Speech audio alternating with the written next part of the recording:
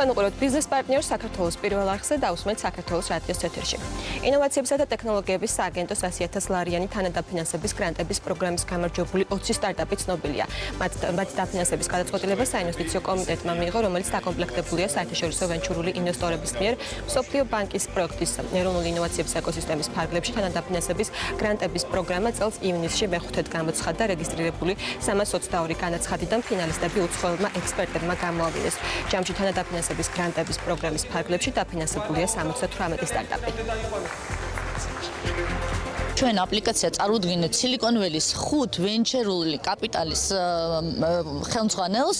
შესაბამისად ვფიქრობ, რომ საშუალებაც გვექნება რომ გავიტანოთ ჩვენი აპლიკაცია საზღვრებს გარეთ, ამავდროულად გვექნება საშუალება რომ მარკეტინგის და განვითარების ნაწილში როგორც სტარტაპს ხელი შეუწყოთ დაფინანსებით. ჩვენ ქვეყანაში ახალგაზრდებს არ აქვთ ხელმისაწვდომობა ფინანსურ კაპიტალთან, მათ შორის არც დასრულ ადამიანებს, რომლებიც ეხლა იწყებენ IT ტექნოლოგიების გამოყენება. შესაბამისად მსგავსი მხარდაჭერა მე ვფიქრობ, რომ კრიტიკულად მნიშვნელოვანია. ჩვენი სტარტაპის იდეა არის დასასაქმებლები დავაკავშიროთ დამსაქმებლებთან. ეს არის პლატფორმა, რომელიც არის web-based, ასევე არის მობილური აპლიკაცია.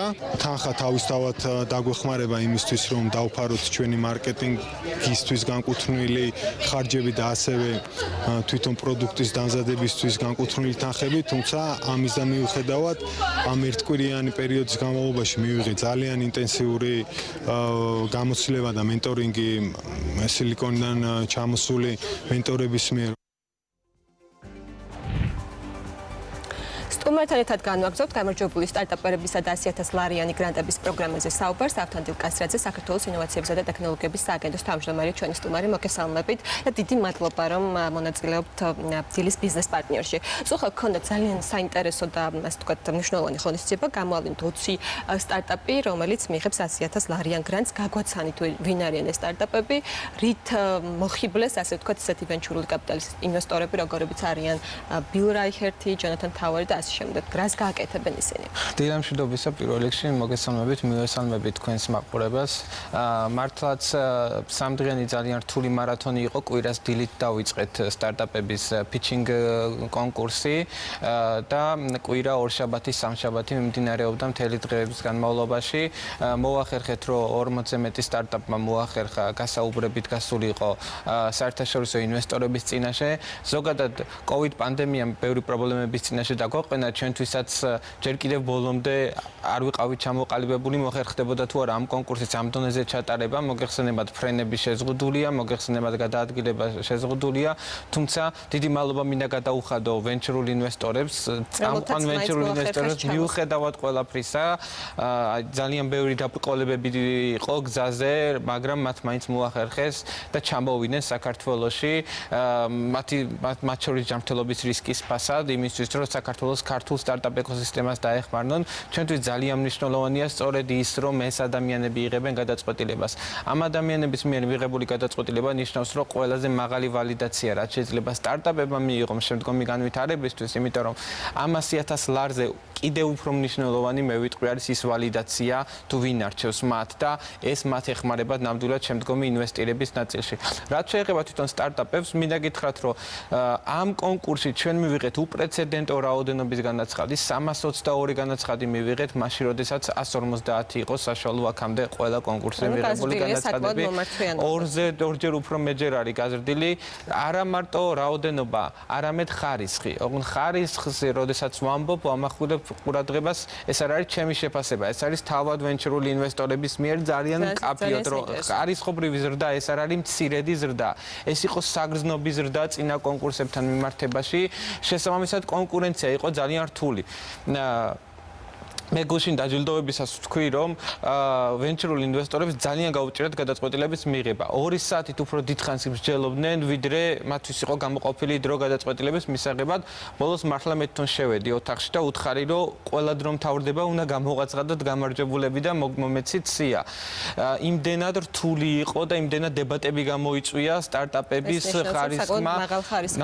ნამდვილად და რეალურად ეს იდეა ასევე ნიშნავს, რომ იმ სტარტაპებმა, რომლებიც ფინანსში იყო და ვერ გაიმარჯვეს, არც ერთ შემთხვევაში გული არ დაწყდეთ და კიდევ უფრო კარგად მოემზადონ ყველას დღეს უკვე გამოუჩნდება ის კონკრეტული ფიდბექი, რომელიც საინვესტიციო კომიტეტმა მისცა მათ და იმუშაონ ამის გამოსწორებაზე, რა პრობლემებიც ჰქონდა და კიდევ ერთხელ მოგმართონ, იმიტომ რომ ჩვენ ნოემბერში კიდევ ერთ ახალ კონკურსს ძალიან კარგია რომ აძლევთ მათ კიდევ ერთ შესაძლებლობას, თუმცა რაც შეეხება გამარჯვებულ სტარტაპებს, რა მიმართულებით მუშაობენ და რა მიმართულებით განავითარებენ თავიანთ ინოვაციურ პროექტებს? კი ბატონო, ძირითადად მაინც საინფორმაციო ტექნოლოგიების მიმართულების სტარტაპებია, ჩვენ გვყავს ასევე ბიოტექნოლოგიის მიმართულებით სტარტაპი, ტურიზმის მიმართულებით არის ძალიან ბევრი სტარტაპი გამარჯვებულებს შორის და ესეც და ზოგადად განაცხადებიც ბევრი იყო და სწორედ ეხლა დაინახა ტურისტულმა სექტორმა და ტურისტულმა ბიზნესმა კიდევ უფრო მეტი საჭიროება, რომ საინფორმაციო ტექნოლოგიები, ინოვაციები დანერგონ, რომ ნებისმიერი პანდემიის პირობებშიც თუ სხვა პრობლემების დროსაც მათ შეძლონ ოპერირება და ეს მომსახურების გაწევა. ასევე იყო სოფლის მეურნეობის მიმართულებით პროდუქტები, ასევე იყო რა თქმა უნდა ხელოვნური ინტელექტის მიმართულებით პროექტები და ასე შემდეგ. ანუ სფეროები ძალიან ბევრი არის და ძალიან კარგი არის. ასევე ძალიან მნიშვნელოვანია, რომ ასაკი, საშუალო ასაკი განცხადებლების, ასე ვთქვათ, მფლობელების ამ სტარტაპ კომპანიების არის საგრძნობლად გაზრდილი.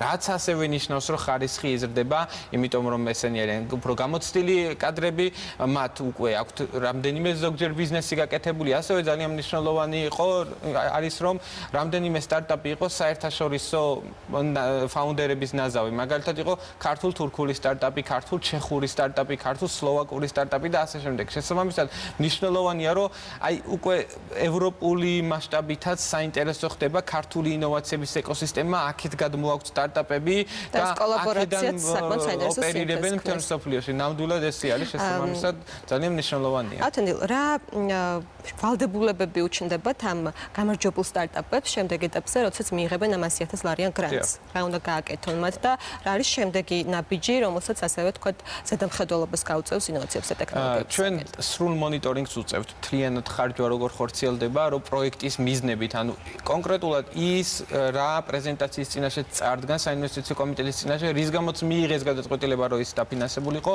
რომ სწორად სრულდება ის მათი გზა სწორედ იმ წარმატების მისაღწევად. შესაბამისად, სწორედ ამის მონიტორინგი, სრული მონიტორინგი ხორციელდება. მათი ვალდებულება უხეშად ვიტყოდი, მაგრამ მათი, ასე ვთქვათ, თავიანთი მოვალეობაა, რომ იყვნენ წარმატებული კომპანიები, გაიზარდონ, რაც ყველაზე მნიშვნელოვანია. ჩვენ არც ერთი პროექტი არ დაგვიფინანსებია, რომ იყვნენ ბიზნესი მხოლოდ საქართველოს ბაზრისთვის. ჩვენთვის ძალიან მნიშვნელოვანია, რაც შეიძლება სწრაფად მოახდინონ პირველ რიგში ქართულ ბაზარზე თავიანთი პროდუქტის წარდგენა და შემდგომ სწრაფი მასშტაბირება სხვა ქვეყნებში. ჩვენ ამაში ხელს შევუწყობთ. მოგეხსენებათ, რომ 100,000 ლარიანი საგრანტო პროგრამა არ არის ჩვენი ერთადერთი პროგრამა.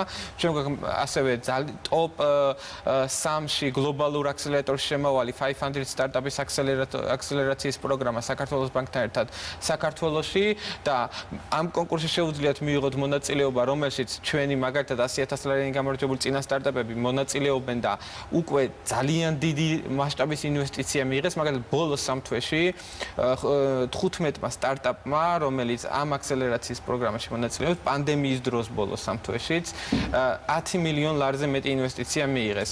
ასევე ჩვენ გვაქვს 650,000 ლარიანი საგრანტო პროგრამა შემდგომი განვითარებისთვის, რომელსაც რა თქმა უნდა 50-50%-ზე დაფინანსებით არის, ანუ 650,000 ლარი კერძო ინვესტორი უნდა მოიყვანოს, რომელიც ამდენს ჩადებს მათ სტარტაპში. შესაბამისად, ძალიან ბევრი პროგრამები აქვს ინოვაციების და ტექნოლოგიების სააგენტოს, რომ მივახციოთ მთავარი მიზანი. მთავარი მიზანი უახლოესი, ასე ვთქვათ, 4 წლის ფარგლებში არის ის, რომ ჩვენ მივიღოთ რამდენიმე თუ მილიარდ დოლარიანი შეფასების მქონე სტარტაპი არა, მინიმუმ 100 მილიონ დოლარიანი შეფასების მქონე 1 ან 2 სტარტაპი და დარწმუნებული ვარ, რომ რამდენიმე სტარტაპი უკვე ამ გზას ადგას და ეს არის ძალიან მნიშვნელოვანი. მიზანი საკმაოდ ამბიციურია, თუმცა საინტერესოა ამ პერიოდის განმავლობაში დაფინანსებულმა სტარტაპებმა რა აჩვენეს დღეს და როდესაც ვსაუბრობთ სტარტაპებზე, ალბათ გვერდს ვერ ავავლით სიცოცხლის უნარიანობას და როგორია ეს მაჩვენებელი? სიცოცხლის უნარიანობა სტარტაპებში მთელ მსოფლიოში არის ძალიან დაბალი და სწორედ მაგიტომ ვამბობ, რომ